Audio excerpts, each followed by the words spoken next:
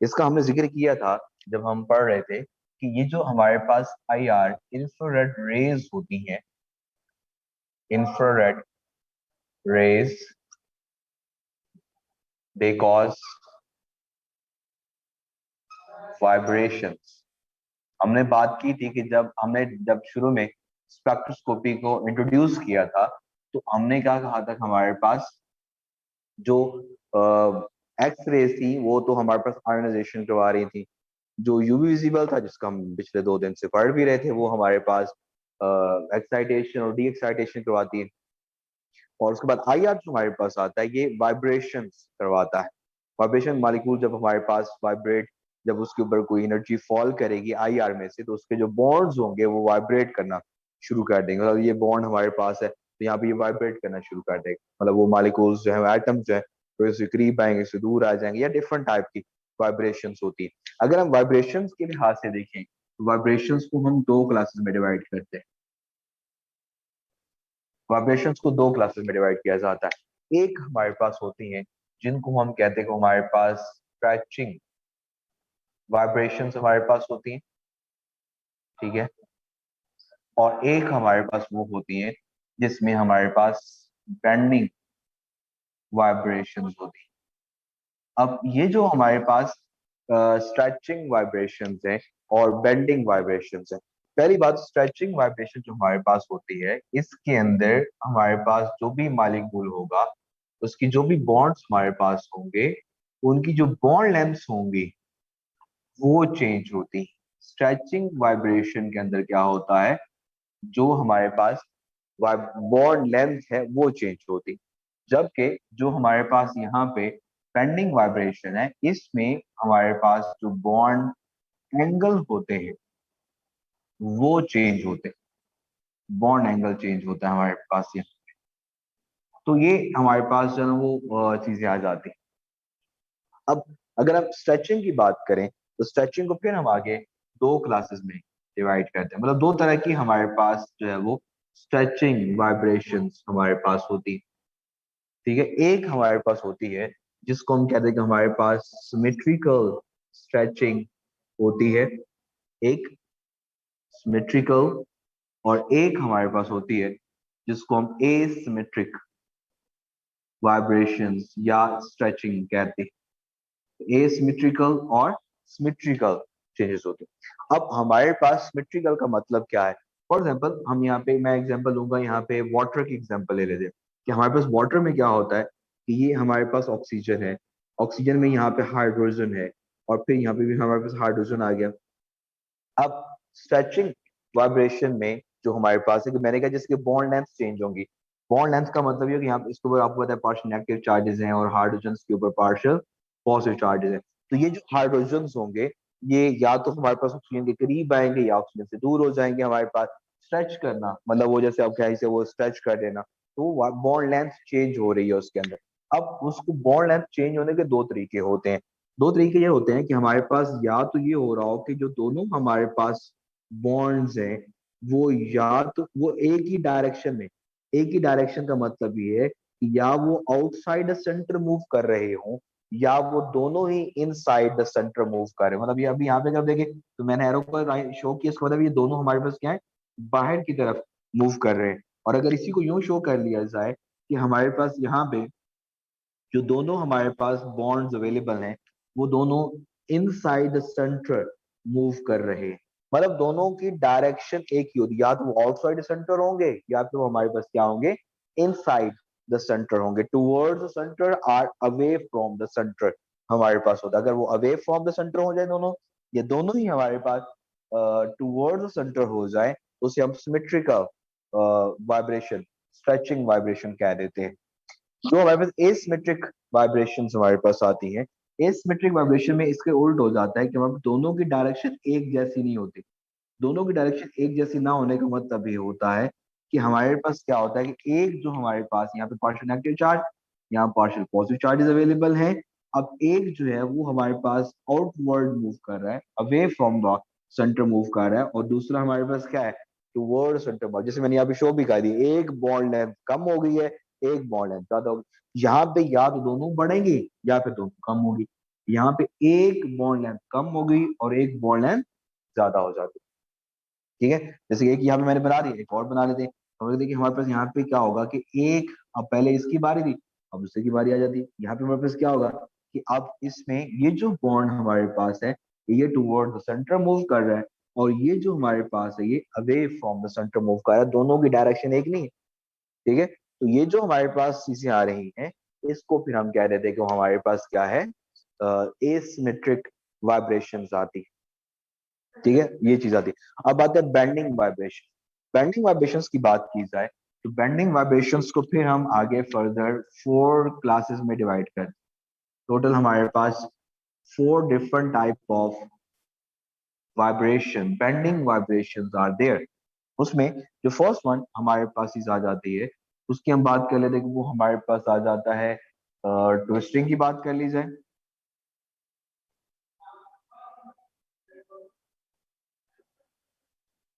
Twisting हमारे पास आ जाती है, या फिर हमारे पास दूसरे नंबर पे वेगिंग या वैगिंग जिसको कहा जाता है हमारे पास आ जाती है हमारे पास। और हमारे पास आ जाती है यहाँ पे थर्ड नंबर पे सिजरिंग आ जाती है हमारे पास।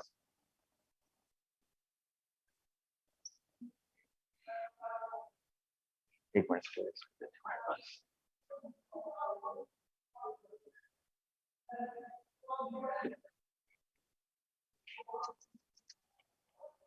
सिजरिंग वाइब्रेशन हमारे पास होती है, SISS। ओके, सिजरिंग हमारे पास आ गई। और लास्ट में हमारे पास रॉकिंग वाइब्रेशन आती है। अब ये जो वाइब्रेशन हमारे पास होती हैं ये आप इसमें यूं बात कर सकते हैं, रॉकिंग से स्टार्ट करते हैं। रॉकिंग में बेसिकली अगर आप नॉर्मली खैर क्रिकेट मैचेस में तो ऐसा नहीं होता, लेकिन अगर आप देखें तो हमारे पास जो आते हैं फुटबॉल मैचेस होते हैं उसमें हमारे पास क्या होता है, रॉकिंग मतलब वो सारे जो हमारे पास, ये सपोज करें हमारे पास 2 बॉन्ड्स अवेलेबल है, तो दोनों का वहां पे दोनों क्या या तो वो यूं यूं करके हमारे पास जो वो हाथ है वो हिला रहे होते हैं। बेसिकली हमारे पास क्या होता है कि जो हमारे पास यहाँ पे, मैं यहाँ पे बात कर लेता हूँ वाटर के लिहाज से एग्जाम्पल लेते हैं कि हमारे पास यहाँ पे जो दोनों हाइड्रोजन एटम्स हैं वो हमारे पास एक ही डायरेक्शन में मूव कर, मतलब ये भी हमारे पास ये इस साइड पे जा रहा हो और इसे इस साइड पे जा रहा हो। ठीक है, या स्कोर देखेंगे तो वो हमारे पास दोनों जो हमारे पास अपोजिट साइड पे जा रहे हैं। वो जैसे फुटबॉल जो हमारे स्टेडियम होता है उसके अंदर अक्सर ऐसा हो रहा होता है। तो वो जो हमारे पास चीज होती है ये वॉकिंग हमारे पास वाइब्रेशन आ जाती है। ट्विस्टिंग सीजनिंग, सॉरी सीजनिंग तो खैर आसान, इसके नाम से जाहिर है कि ये जस्ट लाइक आप यूं कहते हैं सीजर की तरह से काम करता है, कैंची की तरह से उसको आप कहते हैं। उसमें हमारे पास क्या होता है कि एक हमारे पास साइड में है, दूसरी की डायरेक्शन उसके अपोजिट होती है।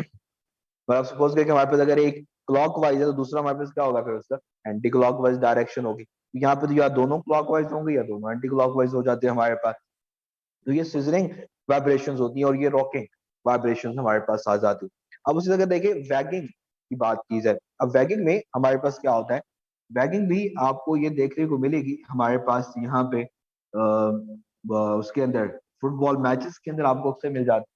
वो अगर आप देखें तो हमारे पास वो एक वो बनाते हैं एक वेव सी बनाते हैं, तो सारे बारी बारी यूं करके हाथ ऊपर खड़े करते हैं, फिर वो उठाते जाते बैठते जाते हैं, तो एक वेव बन जाती है यूं करके। तो वो जो हमारे पास वो ऊपर की डायरेक्शन में दोनों हाथ जो हमारे पास है यूं करके थे वो हमारे पास स्टार्ट में दोनों को ऊपर की तरफ लेके जाएंगे, या दोनों को हमारे पास क्या करेंगे वो हमारे पास नीचे की तरफ लेके जाएंगे। तो बेसिकली हमारे पास क्या है कि वो या तो ऊपर की तरफ मूव कर रहे हैं या फिर हमारे पास क्या कह रहे हैं वो नीचे की तरफ मूव कर रहे हैं, तो उसको हम कह रहे हैं कि हमारे पास क्या है, बेगिंग। अब मैं यूं सपोज कर लेता हूँ कि ऊपर की तरफ आने को, वहां अगर दोनों ऊपर की तरफ आ रहे हैं उसको मैं प्लस के लाइन साइन से रिप्रेजेंट कर देता हूँ। प्लस का साइन मतलब ये कि वो अबव दी प्लेन आ रही है, ये प्लेन है तो हमारे पास क्या है कि दोनों जो हमारे पास आ रहे हैं वो अबव दी प्लेन आ रहे हैं।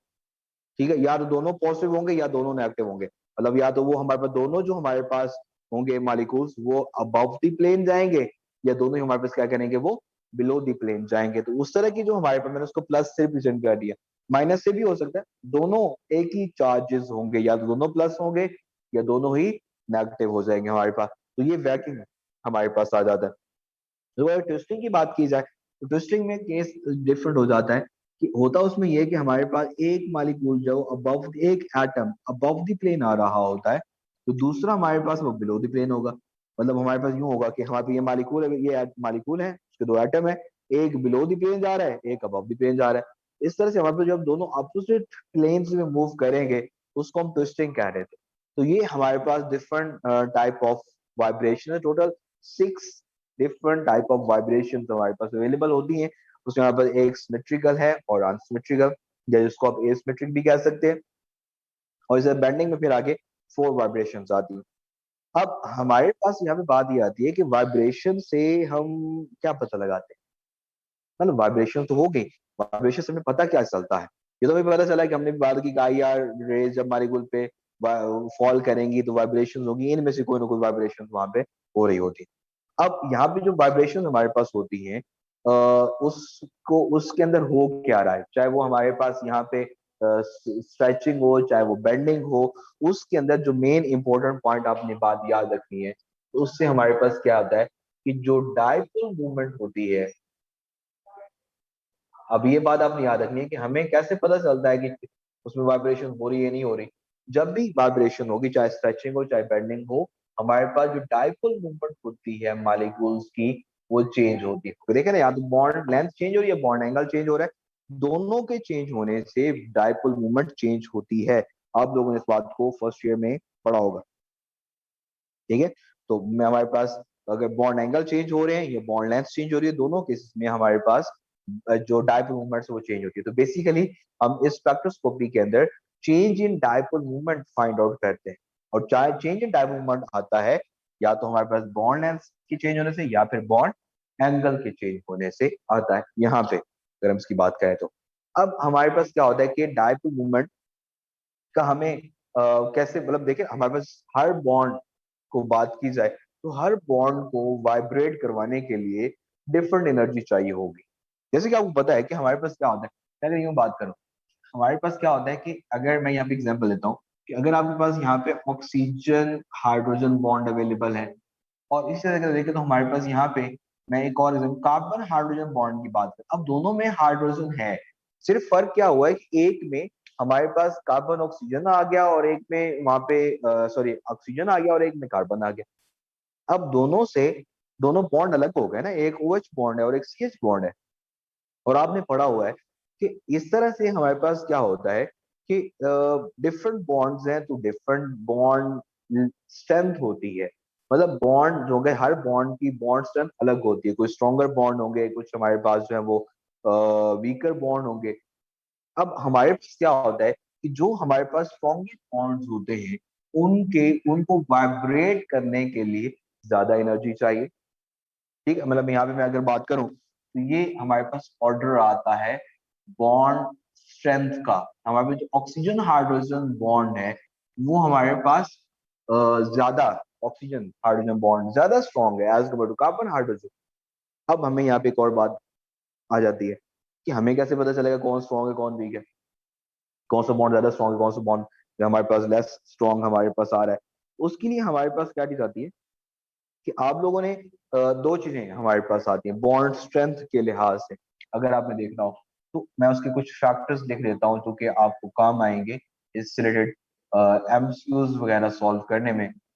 बॉन्ड स्ट्रेंथ का कैसे पता चलता है, तो बॉन्ड स्ट्रेंथ जो हमारे पास पहला और बेसिक जो रूल हमारे पास आता है दैट इज पोलैरिटी। जितना हमारे पास मॉलिक्यूल का जो बॉन्ड ज्यादा पोलर होता जाएगा उतना ही हमारे पास वो ज्यादा स्ट्रॉन्ग होता जाएगा। जैसे देखें आप यहाँ पे जो ऑक्सीजन हाइड्रोजन बॉन्ड है ये तो पोलर है, ऑक्सीजन के ऊपर हमारे पास नेगेटिव चार्ज आता है और हाइड्रोजन के ऊपर पॉजिटिव चार्ज आता है। कार्बन हाइड्रोजन बॉन्ड जो है ये तो नॉन पोलर कंसिडर किया जाता है। तो इसका मतलब है कि यहाँ पे पोलैरिटी ज्यादा है, जितनी पोलैरिटी ज्यादा होती है उतनी बॉन्ड स्ट्रेंथ ज्यादा होती है। इसी तरह से हमारे पास जो बॉन्ड स्ट्रेंथ होती है उसका डायरेक्ट रिलेशन होता है बॉन्ड ऑर्डर के साथ। बॉन्ड ऑर्डर का मतलब क्या है, bond order number of bonds present between two atoms. दो एटम्स जो हमारे पास है उनके दरमियान जो जैसे हम देखिए हमारे पास क्या होता है, कार्बन कार्बन बॉन्ड अवेलेबल है, ठीक है। और इसे अगर carbon carbon double bond available है, carbon carbon triple bond available है। इस साइड पे जाते कि यहाँ पे इसका बॉन्ड ऑर्डर 1 है, इसका बॉन्ड ऑर्डर 2 आ रहा है और इसका बॉन्ड ऑर्डर 3 आ रहा है। इस साइड पे बॉन्ड ऑर्डर बढ़ता जा रहा है। जितना बॉन्ड ऑर्डर बढ़ता है उतनी बॉन्ड स्ट्रेंथ बढ़ती है। मतलब ये हुआ कि यहाँ पे हमारे पास क्या है कि जो कार्बन कार्बन ट्रिपल बॉन्ड है वो हमारे पास सबसे ज्यादा स्ट्रॉन्ग होगा, और जितना हमारे कार्बन कार्बन सिंगल बॉन्ड जब वीक बॉन्ड बनता जाएगा। बस में यहाँ तक। अब यहाँ पे हमारे पास क्या चीज आती है कि बॉन्ड स्ट्रेंथ का तो हमें पता चल गया कि हम कैसे पता लगाएंगे। पहली बात पोलैरिटी देखेंगे, फिर हम वहां पे बॉन्ड ऑर्डर भी देखेंगे, तो आपने देखना है कि उसमें कौन ज्यादा स्ट्रॉन्ग कौन कम स्ट्रॉन्ग बन रहा है। अब स्ट्रेंथ का क्या फर्क पड़ता है, स्ट्रेंथ से हमें क्या पता, मतलब फायदा क्या होगा। स्ट्रेंथ का हमें फायदा यहाँ पे ये होता है कि जो हमारे पास एनर्जी होती है, energy required to vibrate, vibrate किसी भी मालिक्यूल के बॉन्ड को वाइब्रेट करवाने के लिए जो एनर्जी चाहिए है, वो जो हमारे पास है वो डायरेक्टली रिलेट करती है बॉन्ड स्ट्रेंथ के।